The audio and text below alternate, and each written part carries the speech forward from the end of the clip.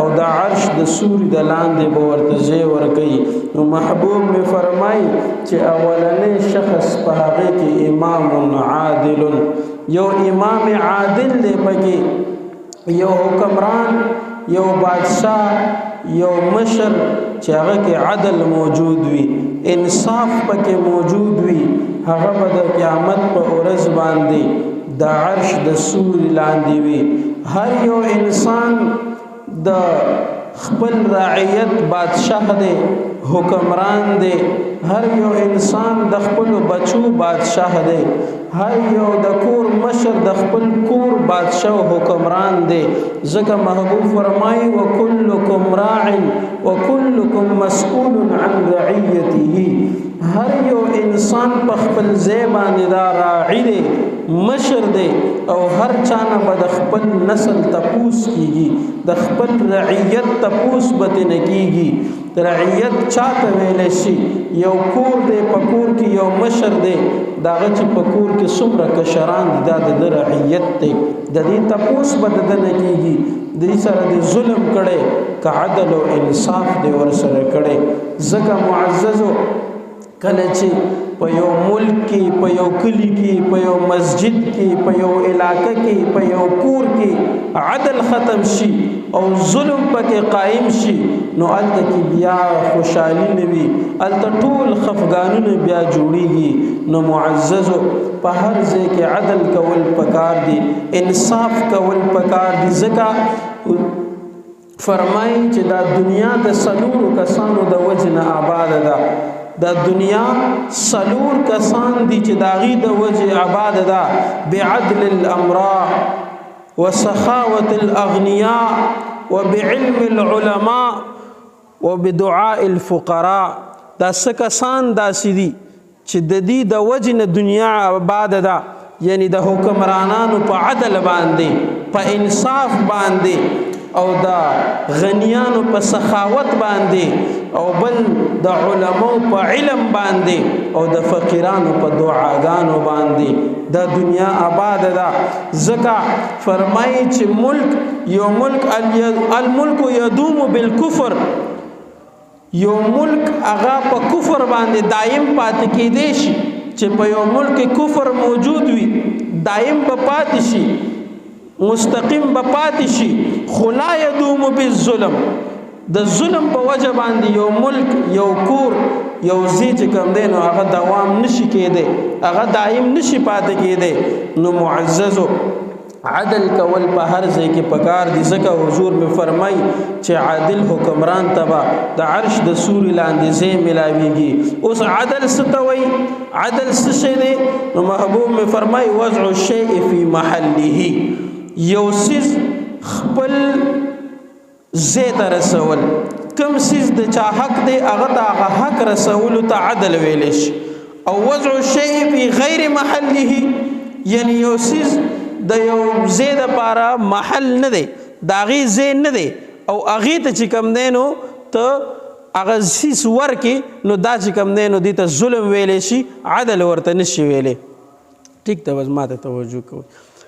دې ته عدل نشي ویلی چې یو څیز دی او هغه ته غیر کس ته ورکې، یعنی یو حق د یو دی او ورکې بل کس ته، نو دې ته هیڅکله عدل نه وي، دې ته ظلم ویلی شي. عدل چا ته وایي؟ وضع شیء فی محله، یو څیز ایښودل په یو خپل ځای کې، یو خپل ځای باندې چې کوم یو څیز کې ایښودلی شي هغې ته عدل ویلی شي. نن که تاسو وګورئ د غټو غټو حکمرانانو نومونه باقی پاتې دي، غټ غټ حکمرانان دي، پخواني خلک یې یادوي، ډېر نومونه دي. محمود غزنوي بادشاهانو کې یو بادشاه یادېږي، وجه څه ده؟ دی عدل کړی، انصاف یې کړی دی. او بیا د ټولو نه لوی نمونه د عدل او انصاف مونږ ته حضور اکرم صلی الله علیه وسلم دی. محمود غزنوي یو بادشاه دی، دی ډیر یو انصاف کوونکی او عدل کوونکی بادشاه و. دته یو ورځ یو زنانه ورته راغله او ورته شکایت وکړه، وی بادشاه وی زما خاون وفات شوی، زما نور بچی نشته دی او صرف یو لور مې ده، او ستا وراره زمون کور ته چې کوم دی نو د شپې راځي او هغه چې کوم دی نو ته منع کا نو بادشاه چې کوم دی نو ډېر زیات غصه شو محمود غزنوي او ورته وویل وی ته لاړه شه او په کم ټیم کې چې دا زما وراره ستا کور ته درشي په هغه ټیم کې به ته ما پسې راشې او ما ته به ووایې چې اوس زما په کور کې موجود دی 2-3 شپې تیرې شوې هغه زنانه بوډۍ واپس راغله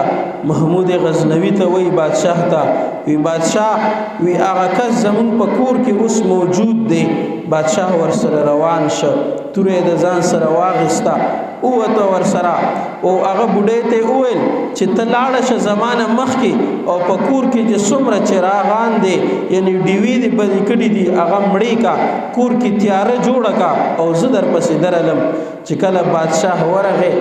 هغه کور کې ټوله تیاره کړې وه نوجوان یې چې وکته نوجوان یې قتل که چې هغه یې قتل که هغې ته یې وویل بیا چې اوس ډیوې ولګوه چې کله یې ډیوه بله که نو د بادشاه د ځان سره وویل الحمدلله چې دی د ځان سره وویل بیا کېناسته په ځای باندې او هغه بوډۍ ته وویل لږې اوبه راله راوړه چې اوبه یې ورله راوړې ویې څښلې اوبه چې وسکلې په آرام باندې شه بوډۍ دې نه تپوس کوي چې تا خو څه عجیبه کار وکړه اول چې زه درلم نو راته دې وویل چې لاړه شه او کور کې څومره ډیوې بلې دي هغه مړې کا چې کله دې هغه وکړه هغه نوجوان چې دې کله قتل که نو بیا دې الحمدلله وویل بیا دې ورپسې اوبه وغوښتې دا څه وجه وه نو هغه بادشاه ورته وایي چې بس دا پرېږده وه دا تپوس مه کوه خو بیا هم د هغه بوډۍ د ډېر اصرار د وجې نه بادشاه ورته وویل ورته وی تا ته ما ځکه وویل چې لاړه شه او دا ډیوې بندې که او تیاره جوړه که وی ما ویل چې چرته کې زمانه په انصاف کې کمی را نشي په عدل کې کمی را نشي زه خپل وراره ته وګورم او چرته کې زه معاف نه کم په عدل کې کمی را نشي تاسو وګورئ خپل نوجوان وراره وجل څه اسان کار نه دی څه اسانه خبره نه ده خو هغه محمود غزنوي وی ما د دې د وجې نه تا ته وویل چې ډیوې بندې کا چې چرته په زړه کې زما رحم را نشي ځکه رشتم یو مضبوط څیز دی د رشته دارۍ د وجې نه د انسان په زړه کې رحم راځي نو ما ویل چې چرته په عدل او انصاف کې رانه کمی ونشي نو ځکه مې درته ویل چې دا ډیوه بنده کا ورته بیا دا الحمد چې کله دی هغه ووجلو او کله مې ډیوه بله که ودې کته ورته نو دا الحمدلله دې ولې وویلې ورته دا مې ځکه وویلې چې ما کله دته وکته نو وي دا زما وراره نه وی اسی زمونږ نوم اغسته خدا زما وراره نو نو وی ما د ځان سره د الله شکر ادا کړ چې الله زمونږ وینا دومره سپکه شو چې اوس به یو زناکار زمونږ په خاندان کې پیدا کیږي نو وی ما د الله شکر ادا کړ چې الحمدلله دا زمونږ د خاندان نه نو ورته وی بیا دا اوبه دې رانه ولې وغوښتې نو وی دا حل درته نه ویم بس دا پرېږده وه وی نه دا به راته ضرور وایې ځکه چې دا اوبه تا وغوښتې وجه څه وه دا خو دومره غټه خبره نه وه چې تا اوبه هم بیا وغوښتې ورته وایي محمود غزنوي ورته وایي د الله په ذات مې د قسم وي چې کله نه ته زما دربار ته راغلی او ما ته دې ویلي دي چې ستا وراره زمونږ کور ته د شپې داخلیږي وی در هغه وخت نه تر اوسه پورې ما خوراک سکاک نه دی کړی چې در څو پورې مې ظالم خپل انجام ته نی رسولی زه به خوراک سکاک نه کومه نو وی ما اوس خپل ظالم خپل انجام ته ورسولو نو وی اوس خو مې ستا په کور کې دا یو ګوټ اوبه چې کوم دی نو ضرورت ګرځېږي که نه دا یو ګوټ اوبه خو راله راکه نو معززو داسن بادشاهان تیر شوي دي چې عدل او انصاف یې قایم کړی دی نو دغه خلکو ته بیا حضور اکرم صلی الله علیه وسلم څه بشارت ورکوي څه زیری ورکوي چې کوم عادل امام وي هغه ته به د عرش د سوري لاندې ځای میلاویږي نو اول نمبر دغه کس چې دته به د عرش د سوري لاندې ځای میلاویږي دویم نمبر حضور اکرم صلی الله علیه وسلم فرمایي چې دویم کس وشاب النشأ فی عباد الله هغه یو کس چې هغه خپل نوجوانی د الٰه العالمین جل جلاله په رضا کې تیرې کړي هغه نوجوان چې هغه خپل نوجوانی د الله پر رضا کې تیر کی د الله په عبادتو کې تیر کی ځکه حضور می فرمای الشاب التائب حبیب الله چې هغه نوجوان چې هغه په نوجوانۍ کې توبه وباسي وی دا د الٰه العالمین حبیب دی دا د الله حبیب دی چې کوم یو نوجوان په نوجوانۍ کې توبه وباسي او حضور اکرم صلی الله علیه وسلم فرمای چې نوجوان ته پکار دي چې نوجوان خپل نوجوانۍ کې عادات او اطوار د بوډاتوب پیدا کړي یعنی هغه دا شانت عبادت کوي څنګه چې انسان په بوډاوالي کې کوي زه درته وایم په بوډاوالي کې د عبادت بیا لذت ته او په نوجوانۍ کې د عبادت کول بیا لذت ته چرته په نوجوانۍ کې عبادت کول چرته په بوډاوالي کې عبادت کول چرته کې په کور کې منځ کول چرته په جمعات کې منځ کول چرته ځان له منځ کول چرته د جمع سره منځ کول او چې بیا په گنبد خضرا کې درته د منځ ملو شي څومره مزه څومره سرور به ملاويږي او چې بیا په گنبد خضرا سره په جنت البقیع په هغه ریاض الجنت کې درته زی ملو شي الته کې بیا څومره مزه نو معززو د هر یو سیز یو خپل لذت دی کله چې انسان په نوجوانۍ کې حج ته لاړ شي څومره مزه به ورته ملاويږي کله چې یو انسان په بوډاتوب کې حج ته لاړ شي هغه ته به څومره لذت ملاويږي نو په نوجوانۍ کې د هر یو سیز لذت زیات دی خون یې زیات دی څنګه چې په نوجوانۍ کې د انسان خواهشات زیات دي څنګه چې په نوجوانۍ کې د انسان هغه تمناګانې زیات دي ارزوګانې زیات دي دغه شانتي د الٰه العالمین جل جلاله